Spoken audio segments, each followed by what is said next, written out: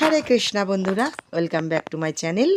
সকলকে অনেক অনেক শুভেচ্ছা ভালোবাসা। আজকে মোক্ষদা একাদশী, সকলকে মোক্ষদা একাদশী শুভেচ্ছা। একাদশী মানেই বিশেষ সেবা পুজো থাকে। আর এইগুলো আমি যেগুলো করব সকাল থেকে তোমাদের দেখাই, এগুলো রোজকার কাজ। যেহেতু এখন একটু শীত পড়েছে, সেই জন্য উঠতে দেরি হয়ে যাচ্ছে। শীতকালটা আমার কাছে খুব কষ্টের, আমি একদমই শীত নিতে পারি না। তো যাই হোক, তুলসী মহারানীকে স্নান করিয়ে দিলাম।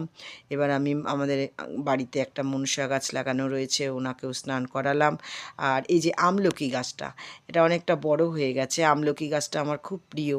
আর এই আমলকি গাছটাকেও আমি স্নান করিয়ে দিচ্ছি, কারণ কথিত আছে বা শোনা যায় যে আমলকি গাছে নাকি সমস্ত দেবদেবীর অধিষ্ঠান। তো যাই হোক, স্নান তো হয়ে গেল, স্নান পর্ব।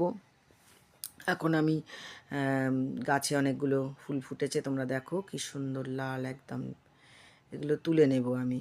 তো ফুল তো ভগবানের পুজোর জন্যই, তাই না? তো তুলতে খুব ভালো লাগে ফুলগুলো, যখন গাছে দেখি আরও ভালো লাগে, কিন্তু না তুলে উপায় নেই। এখন শীতকাল, এমনি কম ফুল ফুটছে। হ্যাঁ, আর এখানে দেখো কুন্দ ফুল আছে। এই কুন্দ ফুলটাও আমি শুনেছিলাম যে ভগবানের খুব প্রিয় কুন্দ ফুল। তো আমি কিনে এনে গাছ লাগিয়েছিলাম, তো দু একটা করে ফুলছে। এখন শীতকাল তো, ওই জন্যে কম ফুটছে। আর আবার গরম এলে আবার অনেক ফুটবে। তো এবারে আবার চলে এসেছি ঠাকুরঘরে। ঠাকুরঘরের সামনেটা মুছে নিচ্ছি, মেঝেটাও ভালো করে মুছে নেব, ঠাকুরঘর পরিষ্কার করে নেবো আগে আর কি। আরতির আগে এই কাজগুলো রোজই করি আমি। তো যাই হোক, এগুলো করে নিয়ে তারপর তোমরা দেখো পরপর আমি কি করি, তাই না? এবারে আমি চলে আরতি করব বলে এই যে আগে ভগবানকে আমি মুখ ধুইয়ে দিচ্ছি। আমি গঙ্গা জল দিয়ে আচমন পাত্র থেকে ওই আচমন জল নিয়ে আমি আচমন করি, যে এটা নিয়ে চামচের মতো থাকে না, ওটা দিয়ে আমি ভগবানকে মুখ ধুইয়ে দিচ্ছি। একটা বাচ্চাকে মানুষ করলে বা একটা বাড়িতে লোক এলে যেভাবে যত্ন সেভাবেই করতে হয় না? তা এখন আমি আবার এই যে তুলসী পাতাটা ভগবানের চরণে নিবেদন করি, প্রত্যেক দিনই করি এটা। তো চন্দন ঘষে নিচ্ছি এখন নৃসিংহদেব এবং গৌরাঙ্গ মহাপ্রভুর চরণে তুলসী দেব, এবং সকলের মঙ্গল কামনা করি, যেন সবাই ভালো থাকে, সুস্থ থাকে। তো চন্দন ঘষে নিচ্ছি। চন্দন কাঠটা ক্ষয়ে গেছে, অল্প ছোট হয়ে গেছে, তো খুব মানে কষ্ট করে এই চন্দনটা রোজ ঘষে নিতে হচ্ছে আর কি।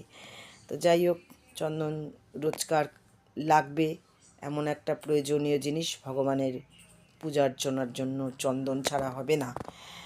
তো চন্দন ভগবানের প্রিয়। যখন বৈশাখ মাসে চন্দন যাত্রা চলে 21 দিন, তখন ভগবানকে প্রত্যেক দিনই চন্দন মাখাতে হয়।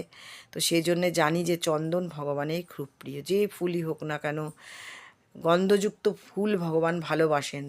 তো সেই জন্যে ফুলের মধ্যে একটু চন্দন দিয়ে দিলে ভগবান প্রীত এবং সন্তুষ্ট হন।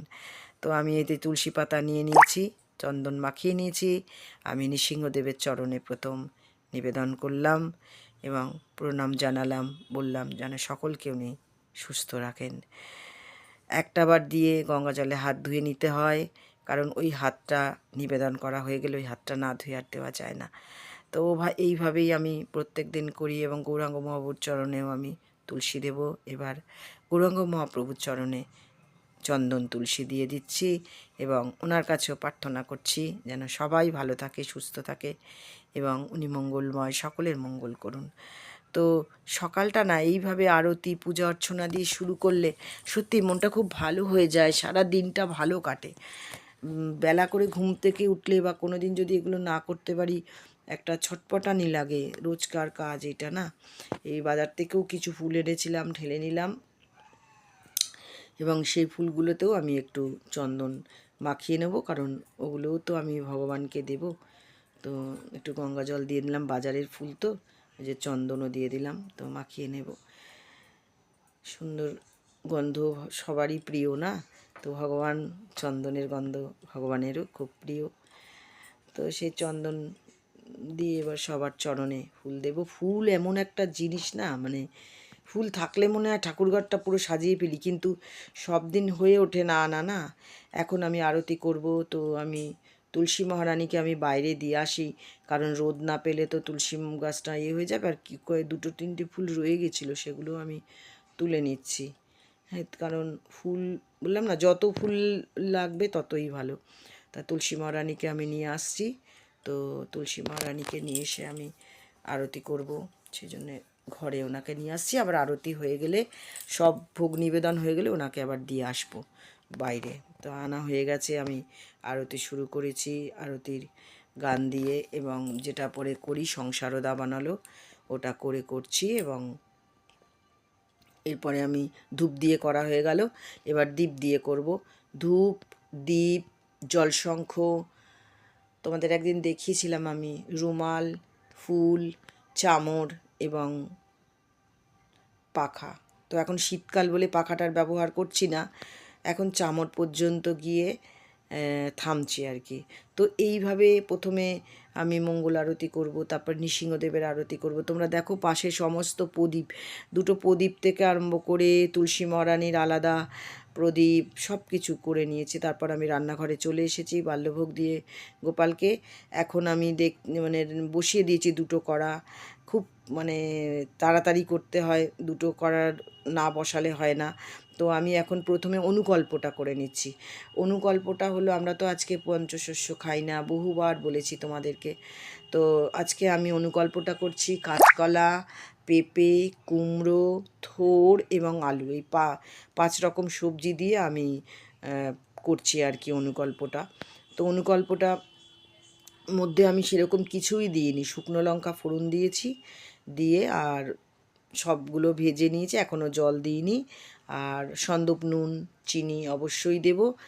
আর ঘি তো বলার অপেক্ষা রাখে না, তবে সব ঘি একাদশীর দিন ব্যবহার করতে পারি না, কারণ এখন বাজার থেকে ঘি কিনলেই দেখেছি ওপরে একটা তেলের ওপরের স্তরটা থাকে। তো একটু জলও দিয়ে দিলাম, অল্পই জল দিলাম। তো এই তেলটা কী তেল আমি তো জানি না। আর একাদশীর দিনে আমরা সূর্যমুখী তেল ছাড়া তো কিছু খেতে পারি না, তো সেই জন্যে অন্য ঘি আমি দিতে চাই না আর কি। আর এদিকে দুধ বসিয়ে দিয়েছিলাম।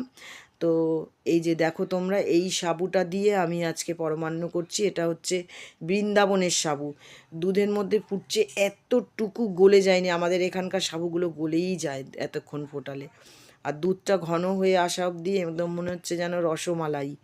তো খুব সুন্দর করে হয়, এটা খুব সুন্দর হয় এটা। এই সাবুটা মানে এটা জানি না বৃন্দাবন থেকে এসছে, আর আমাদের এখানকার সাবুর খুব তফাৎ। তো যাই হোক, সাবুর পরমান্ন করছি। আর কি করি তোমরা দেখো, সাথে থাকো। অনেকটা বাকি আছে এখনও সাবুর পরমান্নটা, কারণ আরেকটু ঘন করব, তারপরে অবশ্যই চিনি দেব। তো আমার সব ভোগগুলো করে ভগবানকে নিবেদন করে দিয়েছি। তোমরা আমার সঙ্গে এসো, ভগবান নিশ্চয়ই গ্রহণ করেছেন। আমি ভক্তি সহকারে করেছি। তো চলে এসেছি ঠাকুরঘরে। কী ছিল দেখো, ছিল সাবুর পোলাও, আর ছিল ফলের মধ্যে ছিল কলা। সবই আমি তুলসী পাতা গঙ্গা জল দিয়ে নিবেদন করেছি। আর অনুকল্পটা ছিল, আর সাবুর পরমান্ন ছিল। অনেক কিছুই হয়তো করতে পারতাম, কিন্তু ব্যস্ততার জন্য, স্কুলে যাব, বিশেষ একটা দেখো তোমরা, একদম যেন মনে হচ্ছে রসমালাই, ব্যস্ততার জন্য করে উঠতে পারি না। নালে অনেক কিছুই একাদশীর দিনে করা যায়, এমন নয় যে একাদশী মানে না খেয়ে থাকা বা পঞ্চশস্য বাদ দিয়ে কিছু খাওয়া যায় না। তো এই তো হলো, তোমরা সকলে ভোগ প্রসাদ দর্শন করো এবং ভগবানের কৃপা লাভ করো।